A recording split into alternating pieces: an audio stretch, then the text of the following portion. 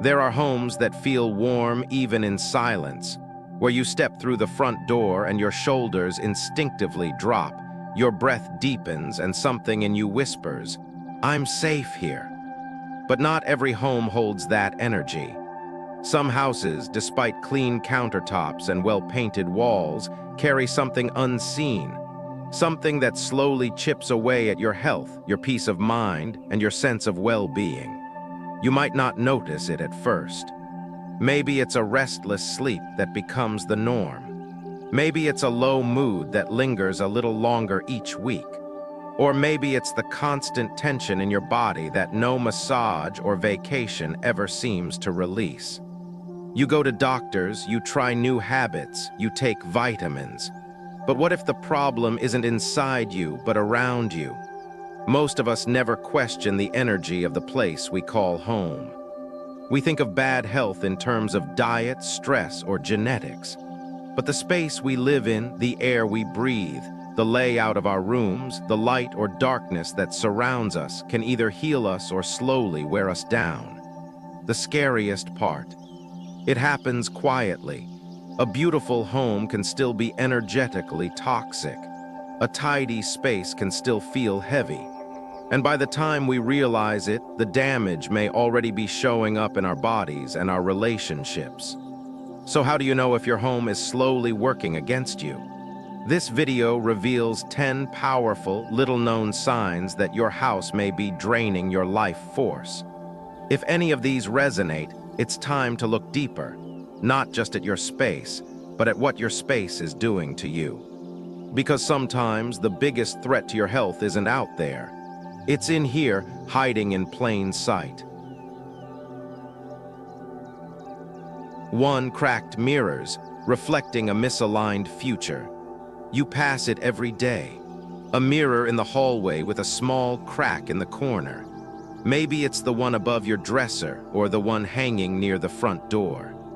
It's been there so long you've stopped noticing it. It's just a crack, you tell yourself. It still works.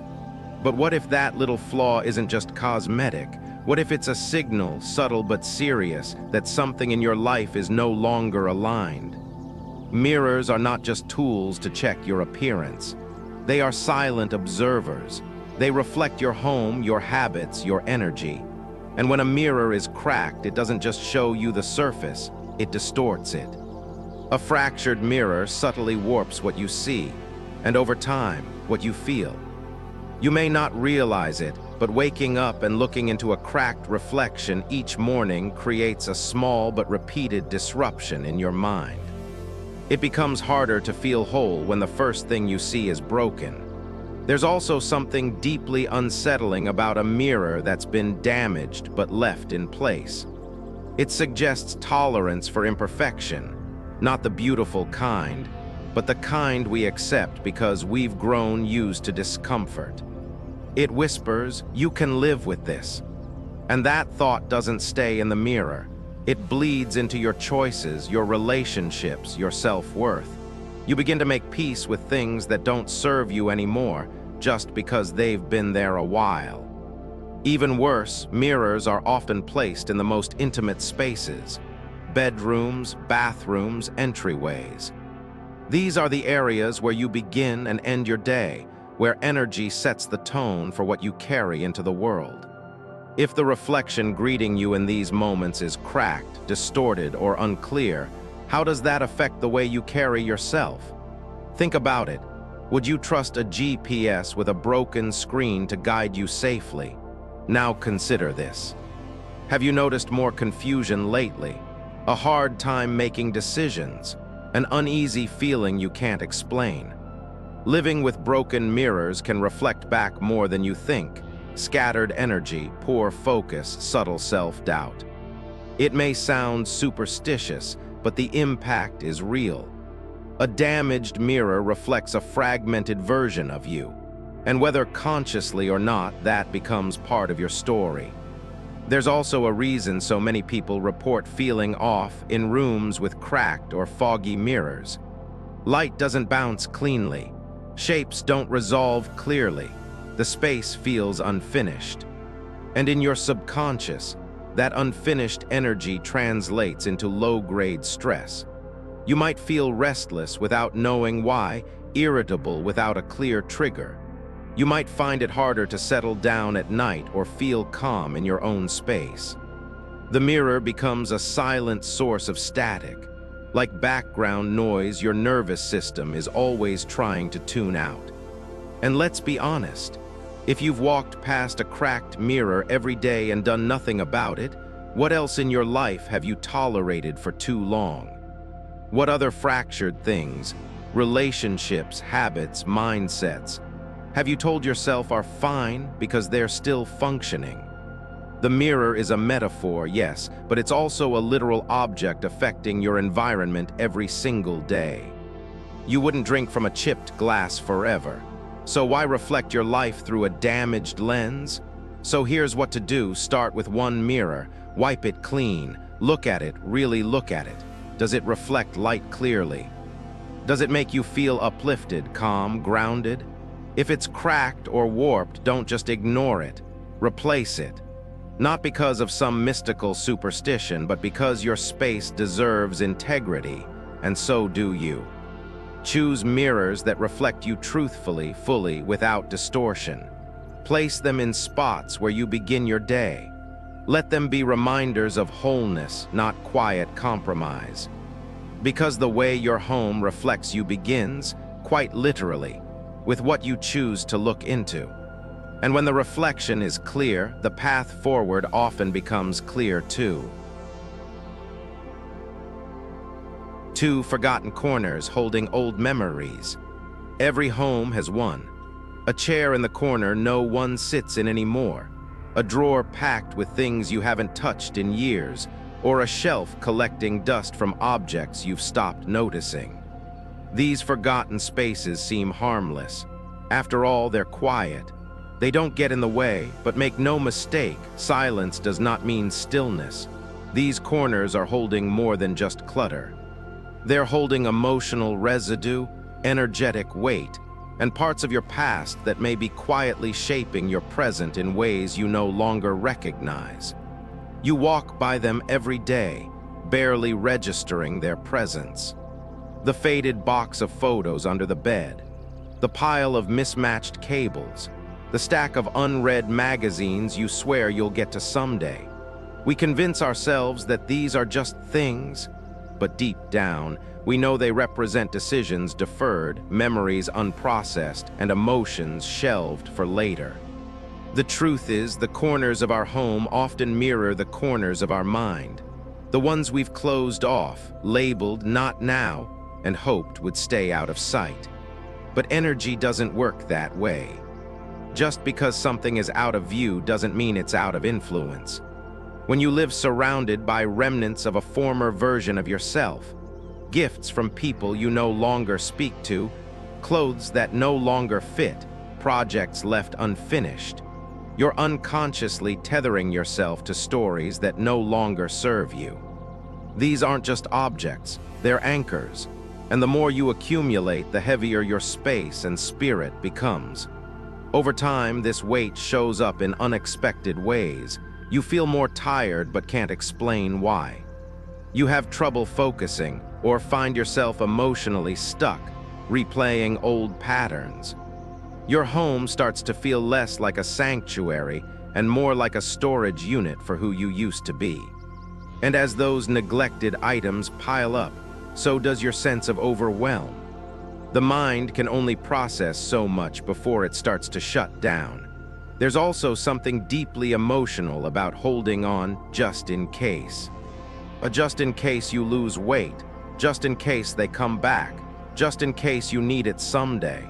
But living in constant just in case mode is not living in the present. It's living in fear. Fear of not having enough, not being ready.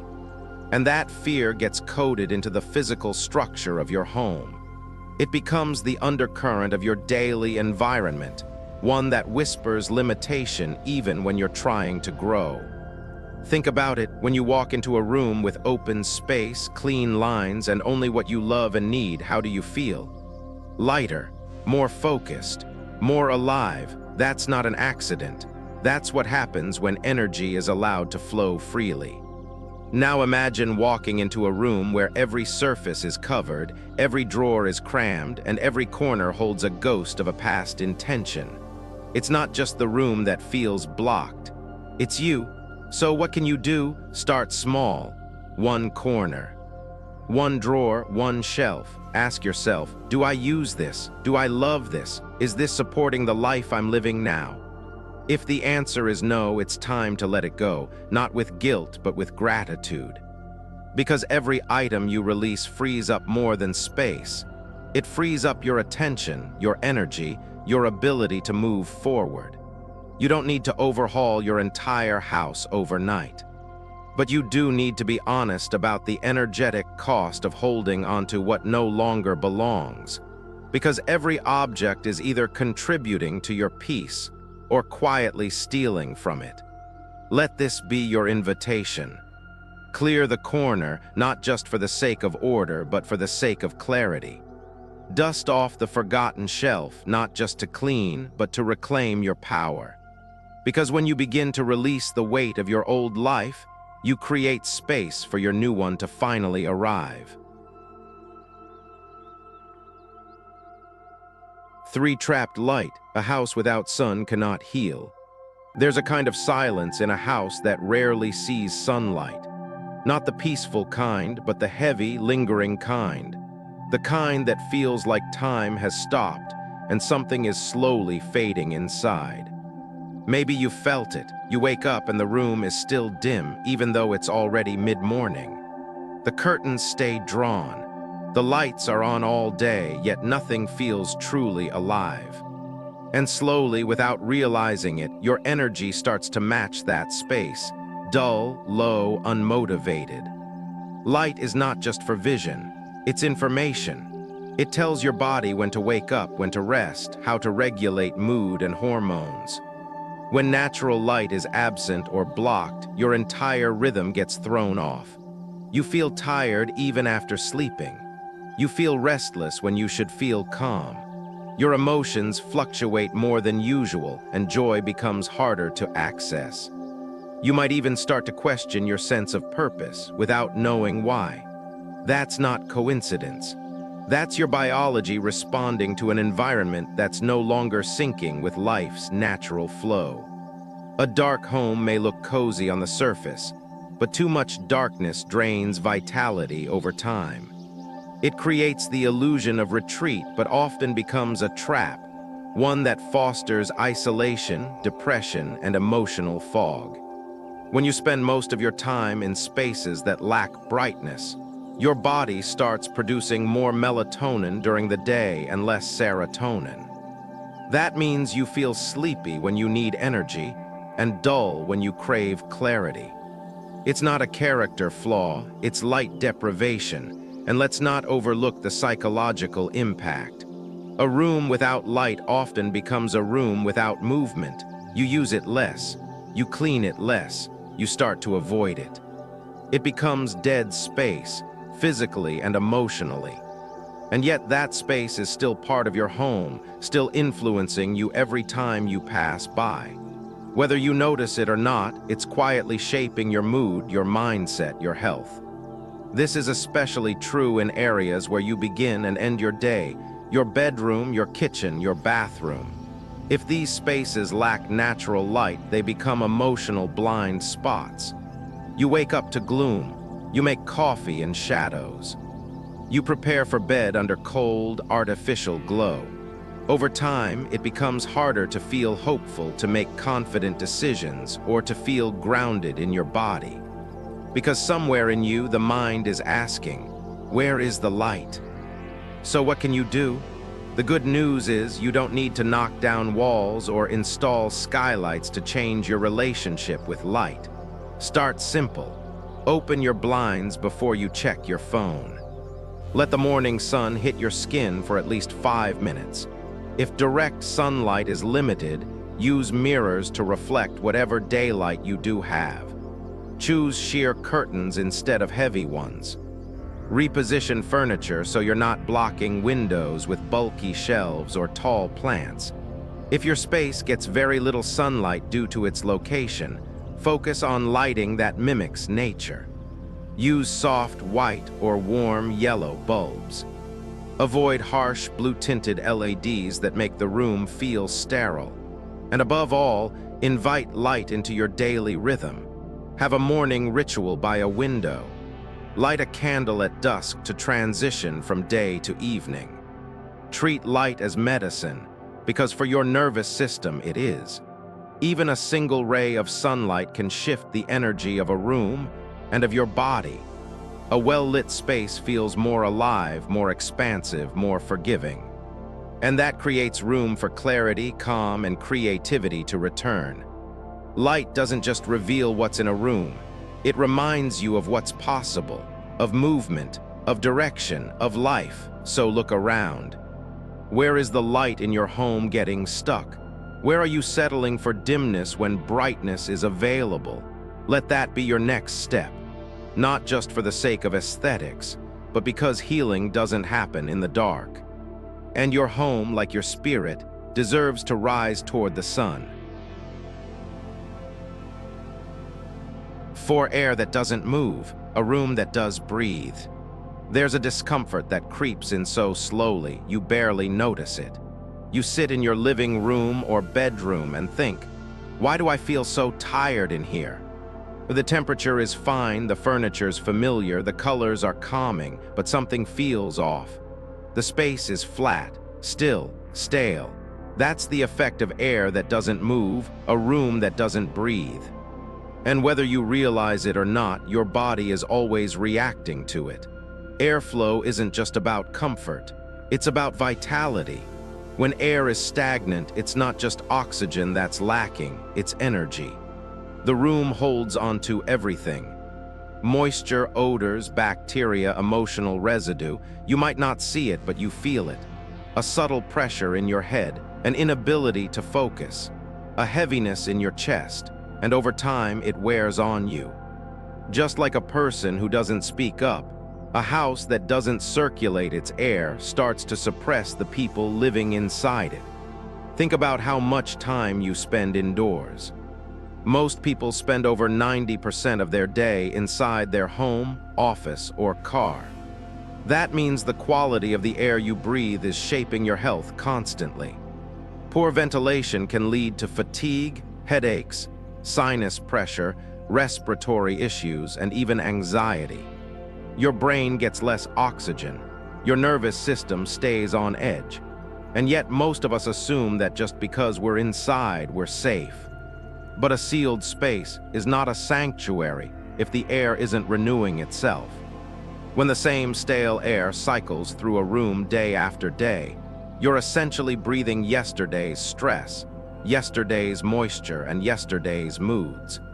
And if you're working from home, raising kids, or simply spending long periods in one room, this impact multiplies. You may find yourself more irritable, more sluggish, less creative. You may feel like you're in a fog that never fully lifts. It's not in your head, it's in your lungs. There's also an emotional layer to this. Air is movement. Air is change. When a space has no airflow, it becomes emotionally stuck. It's not just about dust and particles, it's about energy. Arguments linger longer, sadness clings, joy feels muted. It's the kind of environment where even your breath becomes shallow, where you forget to exhale fully. And when the breath is restricted, the body follows. Tension builds, rest becomes harder, and that low-level exhaustion becomes your new normal. So how do you begin to fix something that's invisible? You start with awareness. Open the windows, even in winter, even for just 10 minutes. Let cross breezes happen. Place a fan not for cooling, but for movement. Check your vents, your filters, your exhaust fans. If you live in a humid or older home, use a dehumidifier to keep mold and air stagnation at bay. Add a few low-maintenance air-purifying plants like snake plants, pothos, or peace lilies, not just for aesthetics, but to encourage fresh oxygen and soften the room's texture. Burning natural incense or diffusing essential oils can also help. Think eucalyptus, peppermint, or cedarwood. These scents don't just mask stale air. They signal freshness, clarity, and flow to your nervous system. But above all, create rituals of renewal. Air out your house during transitional times of day, early morning, and late afternoon. Let the shift in temperature mark a reset, a breath for your house, a breath for you. Because a home that breathes helps you breathe better. And better breathing changes everything, from your sleep to your mood to how you respond to life. It's a small shift with massive impact. So the next time you walk into a room and feel tension without reason, stop. Stand still. Ask yourself, when was the last time this space had fresh air? Then open something, window, door, lungs, let the room exhale. Let it begin again. 5. Misaligned bed, sleep that doesn't restore. You wake up and feel worse than when you went to sleep. Your body aches, your mind is foggy, and no matter how early you went to bed, you can't seem to shake the exhaustion. You start blaming your mattress, your age, maybe your stress levels. But have you ever stopped to consider this? What if it's not your sleep, but where you're sleeping? Your bed isn't just furniture, it's the energetic anchor of your entire life. It's where your body resets, where your subconscious processes the day, where healing happens quietly in the background. But if your bed is placed in the wrong spot, if the orientation is off, if the energy flow around it is chaotic, your sleep never truly goes deep. Your rest becomes shallow, your dreams fragmented, and your mornings frustrating. Start by thinking about the position of your bed. Is the headboard placed against a solid wall, or does it float in the middle of the room? Is your bed directly facing a door, a hallway, or a mirror? These things may seem harmless, but they can drastically alter how safe and supported your body feels at night. The brain is hardwired to seek protection while we sleep. If your bed faces a doorway, the body remains on alert. If there's a mirror reflecting your sleeping form, it can create a sense of being watched, even subconsciously. And if your headboard has no grounding behind it, your nervous system lacks the psychological safety it craves. Many people also unknowingly place their beds near sources of disturbance, beneath windows that let in cold air or noise, too close to a bathroom wall where plumbing hums all night, or up against electrical outlets and routers emitting low-level radiation. These may not wake you consciously, but they disrupt your body's deeper repair cycles. You toss, you turn, you dream strange dreams.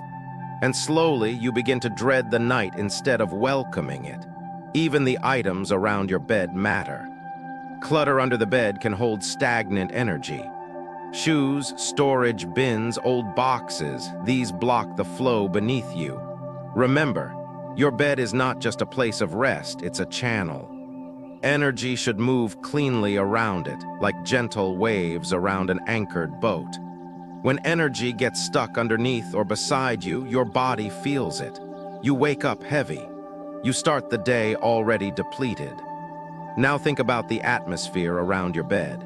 Is the lighting soft or glaring? Do you have sharp corners from nightstands aimed toward you?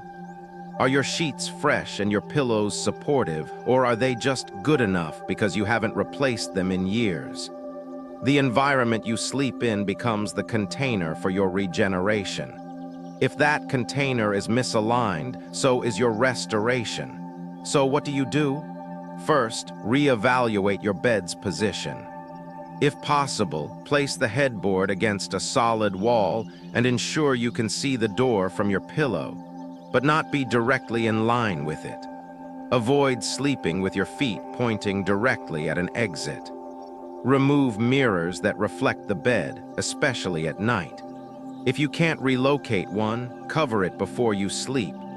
Make sure there's space on both sides of the bed. Don't press one side against a wall unless absolutely necessary. Balance and flow matter more than aesthetics. Clear the space beneath the bed.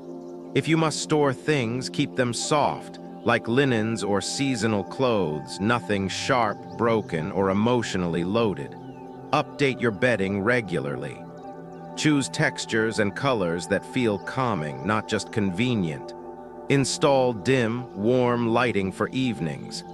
Add a small plant nearby or an object that symbolizes peace to you. Most importantly, start treating your bed as sacred, not just a place to collapse at the end of the day, but the foundation of your entire well-being. Because sleep isn't just rest. It's where you reset your emotions, repair your cells, process your life. And when your bed is misaligned, that healing never quite happens. So tonight, before you lie down, take a moment to ask, is this bed truly supporting me? If the answer is no, change it. Even small shifts can restore what you've been missing. Because deep rest isn't a luxury, it's the beginning of every good thing in your life. 6. Stagnant water nearby, luck stuck in a swamp. You may think of water as peaceful, a still pond, a quiet puddle after rain, but there's a difference between calm and stuck, between reflection and rot. And if your home is near stagnant water, whether it's a pond that never moves, a clogged drainage ditch, a retention basin, or even a backyard bird bath that's never cleaned, you could be living with more than just a landscape issue. You could be living in the energetic equivalent of quicksand. In nature, water is meant to move. It flows, it purifies, it breathes life into everything it touches. But when it stops moving, it begins to decay. Bacteria breeds. Insects swarm. The air becomes heavy. And just like water itself, the energy around it stops flowing too. It doesn't matter how clean your home is, how beautiful your decor is, or how much sage you burn. If there is unmoving water nearby, your environment is absorbing that stagnation. Slowly, subtly, persistently. You might be wondering how something outside your house could affect what's happening inside. But energy doesn't respect walls. It moves through space, through materials, through emotion.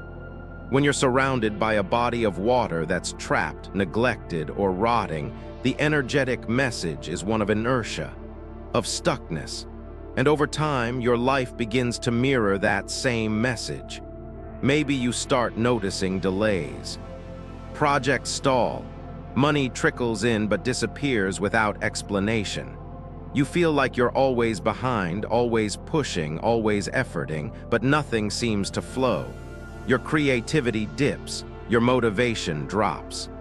Even joy feels like something that happened back then, not something you wake up to anymore. That's not bad luck. That's environmental feedback. Stagnant water also carries a visual and emotional heaviness. It can make a property feel forgotten, even when the house itself is cared for. Your guests may feel uneasy, and you may feel more tired or short-tempered at home without knowing why.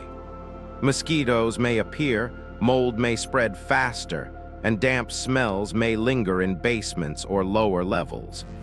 These aren't just physical annoyances. They're symptoms of an energetic ecosystem that's out of balance. So what can you do if you live near stagnant water and can't change it? The key is to break the pattern of stillness, to introduce intentional movement and clarity wherever you can. Start by observing the space between your home and the water source. Is it clean or cluttered with debris? Are plants overgrown and wild or trimmed and breathing?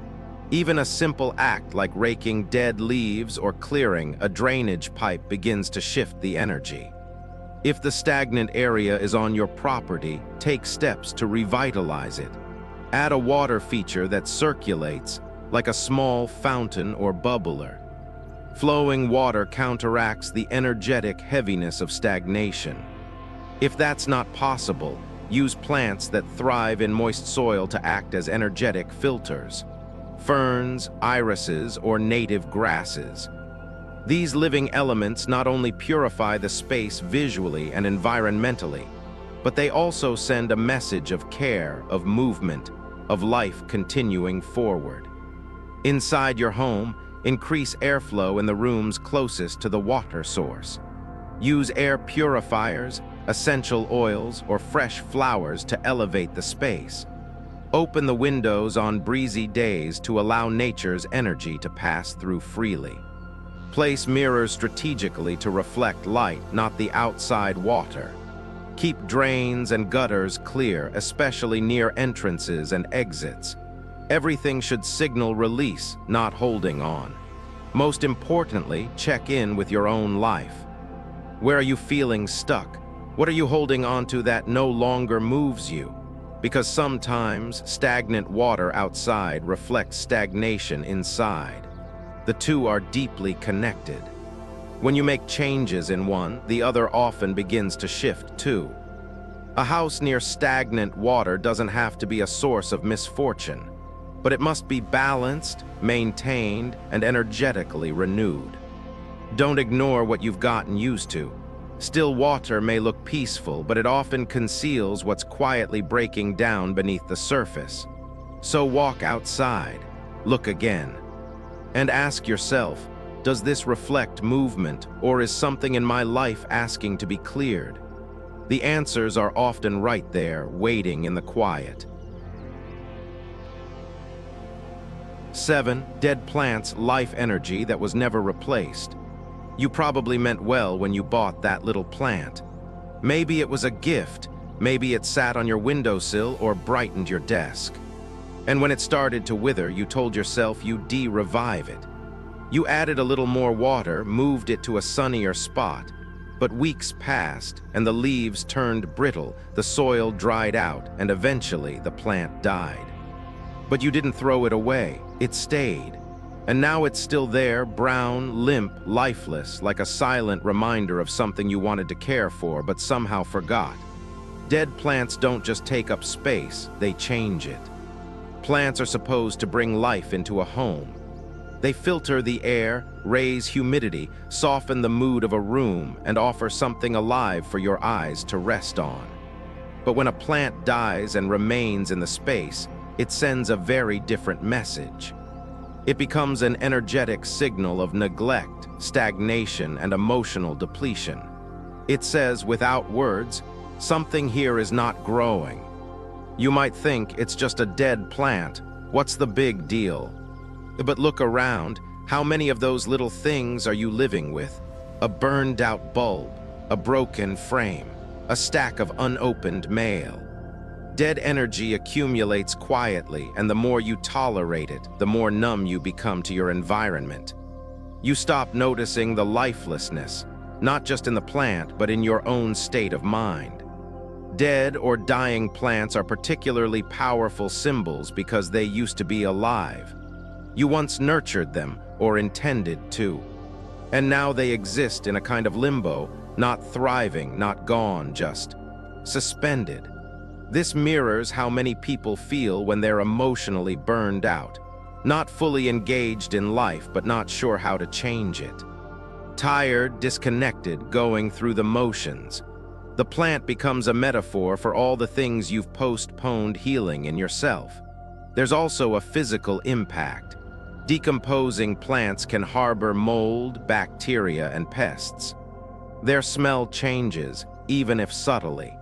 And in a space that should feel fresh and inviting, they contribute to a low-grade heaviness. Your nervous system picks up on these cues even if your conscious mind doesn't. That one little pot in the corner, it may be dampening your energy far more than you realize.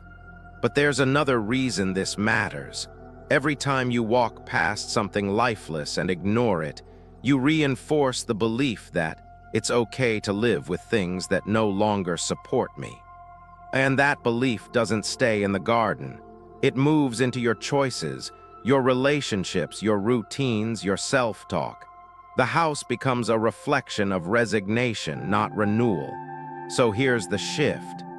Treat your space like it matters because it does.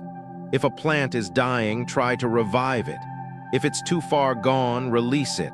Not with guilt, but with gratitude. Thank it for its presence. Then replace it intentionally with something that's alive. Choose a low-maintenance plant if you're busy, like a snake plant, pothos, or peace lily. Place it somewhere visible. Give it a name if you want. Build a relationship with it. Let it be a visual anchor of growth, something thriving in your home because you chose to care. Caring for something small reminds you that you still have agency, that you still have the capacity to nurture, that you can still bring things back to life, starting with your own environment. And sometimes, that simple decision to replace what's dead with what's living becomes the turning point. Not just for your home, but for your energy, your momentum, and your belief in possibility again. So check your windowsills, look at your shelves. What's still sitting there lifeless? What needs to be released so something new can grow in its place? Let that plant be your signal. Your home is always speaking. The question is, are you ready to listen? 8. Moldy odors, the smell of old, unspoken grief. You open the door and walk into your home. At first, everything seems fine. Then it hits you, a musty, slightly damp smell you can't quite place. It's not overwhelming, but it's always there. In the closets, in the laundry room, in the corners of the basement. You spray air fresheners, light candles, maybe even blame the weather. But the smell lingers like a quiet weight pressing down on the atmosphere. And over time, you begin to wonder, what else is lingering? Moldy odors are more than just unpleasant. They're signals. Your home is trying to tell you something. Something is sitting too long. Something is not being released. Mold doesn't thrive in clean, bright, well-ventilated places. It grows in darkness, in hidden dampness, in spaces that are forgotten or avoided. And the scent it leaves behind. It's the physical manifestation of emotional buildup, grief that hasn't been expressed, sadness pushed aside, experiences you thought you buried but never really processed. We often underestimate how much smell affects our well-being. Our brains link scent directly to memory and emotion. A familiar perfume can bring back a person. The smell of baked cookies can feel like childhood. But a moldy, stagnant odor, it tells your nervous system something's wrong. It whispers that something here is decaying, that something important has been ignored. Even if your mind tunes it out, your body responds. You feel tired. You feel low. You might even feel trapped without knowing why. This kind of smell tends to show up in more than just physical spaces. It seeps into mood. It affects how we interact with others, how we sleep, how motivated we feel. Have you ever noticed how hard it is to feel inspired in a room that smells damp and stale? That's because your senses are telling you, this space isn't fresh. It hasn't been cleared. And if the air hasn't been cleared, chances are the energy hasn't either. There's also a deeper layer. Mold is living proof that things left unattended don't just sit, they grow. Slowly, silently, and destructively. Just like unresolved grief, just like regret, just like the thoughts we try to suppress. The air in your home becomes a carrier of everything you've been unwilling or unable to confront.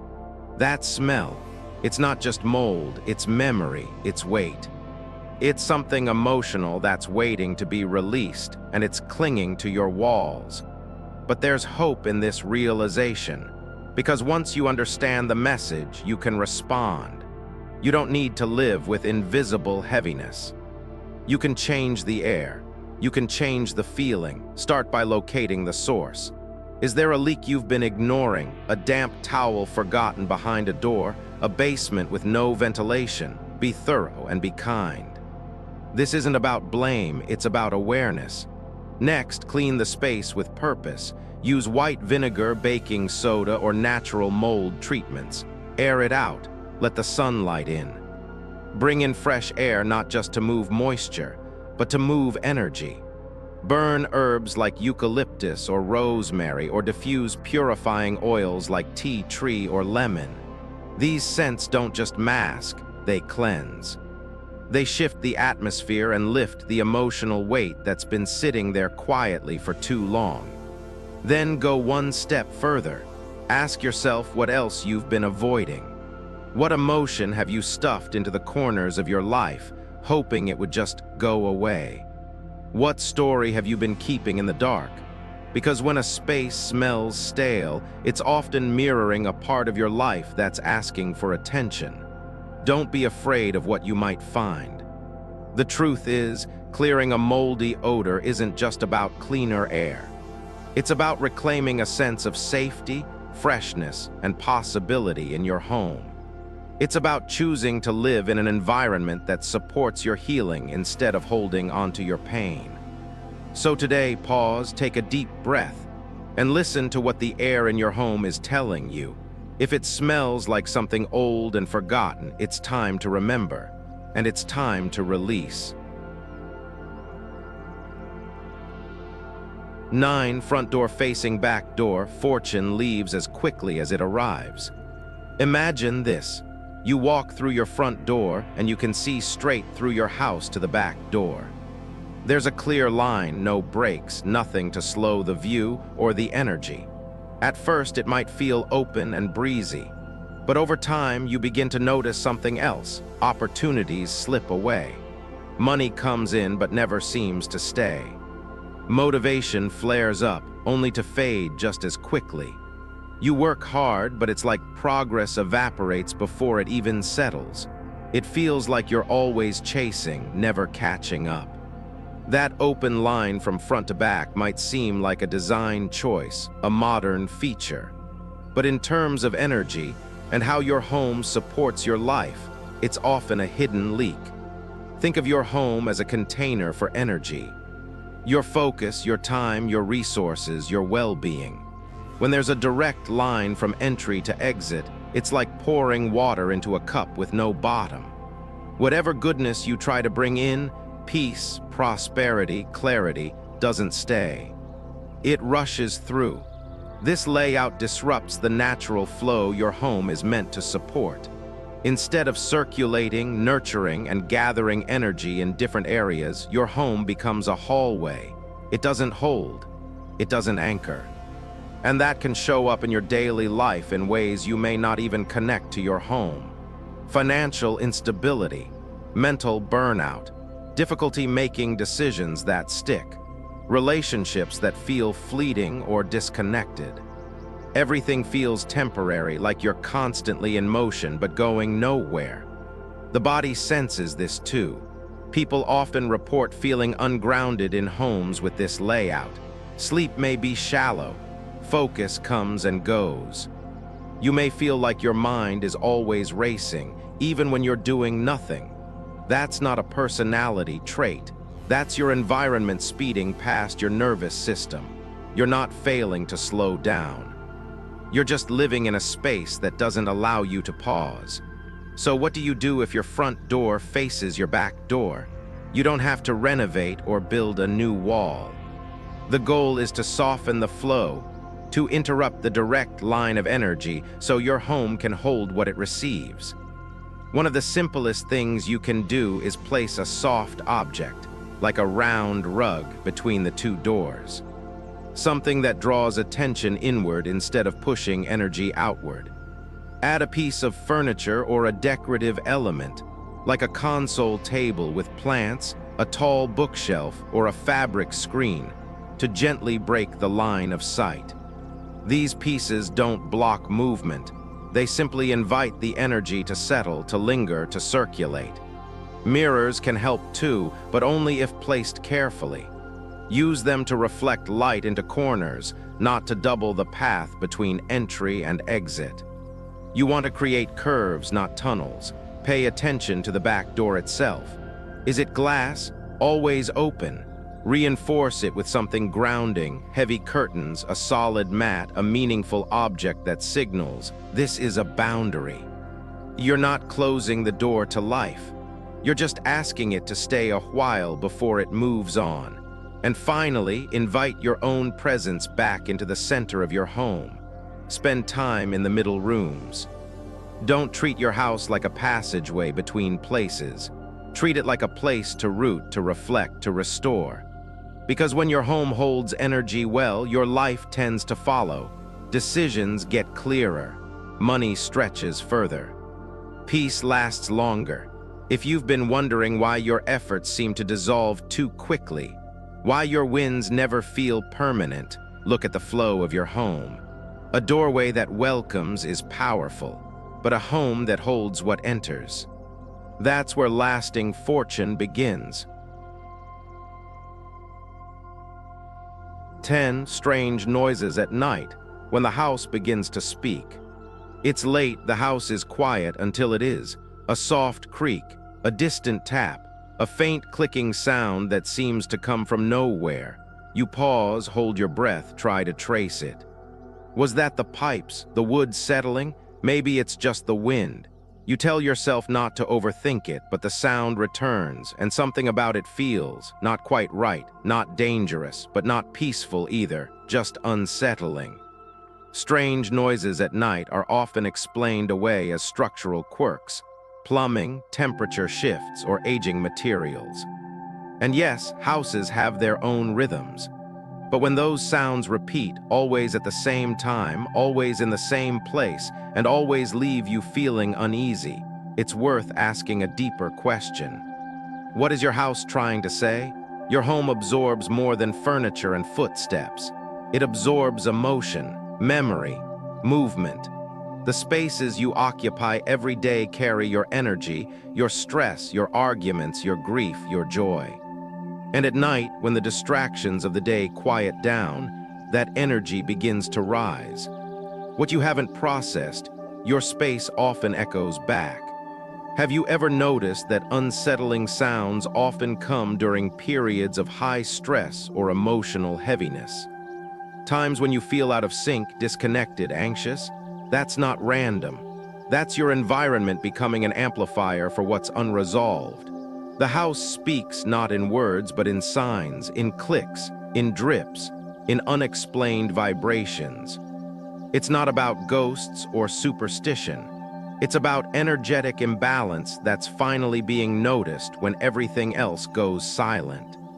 These noises are often concentrated in places we avoid. An unused guest room, an attic no one goes into, a basement with old boxes you haven't touched in years. These are the parts of the house we treat like afterthoughts, but they hold just as much power as your living room or bedroom. When left unattended, they hold onto stagnant energy, which, just like anything unattended, starts to decay, shift, or draw attention in subtle ways. It's easy to become desensitized. You shrug it off, turn up the white noise machine. Pretend the sound is harmless. But what if the sound is a signal? A call to rebalance, to release, to restore? What if your home is telling you something has been held too long by you or by the space itself? So what can you do when the house begins to speak? First, don't ignore it. Acknowledge the sound even if you don't fully understand it. Then take real, physical steps to renew the energy of your home. Start by physically checking the source. Repair what's broken. Tighten fixtures. Insulate areas where wood may be expanding or contracting. Clarity in the physical environment always helps calm the nervous system. Next, cleanse the emotional imprint. Open the windows, even at night, for a few minutes. Light a candle or burn a calming scent like lavender or sandalwood. Walk through your home slowly and intentionally. Speak aloud if you feel comfortable. This is my space. This is a safe space. Whatever doesn't belong here, you are free to go. Tend to forgotten areas, clear the attic, donate from the basement. Open doors you normally keep closed. Energy that's hidden too long begins to stagnate, and eventually it makes noise. Most importantly, don't underestimate how sound impacts your sleep and your peace of mind. Rest is sacred. It's how your body heals, your mind resets, your spirit recalibrates. If your nights are filled with tension, even subtle, it shows up in your days as fatigue, irritability, or a sense of being off balance. And your home, the place that should restore you, becomes another source of stress. But it doesn't have to be that way. When you listen, really listen, to the messages in your space, you begin to build a relationship with it. And in that relationship, healing begins.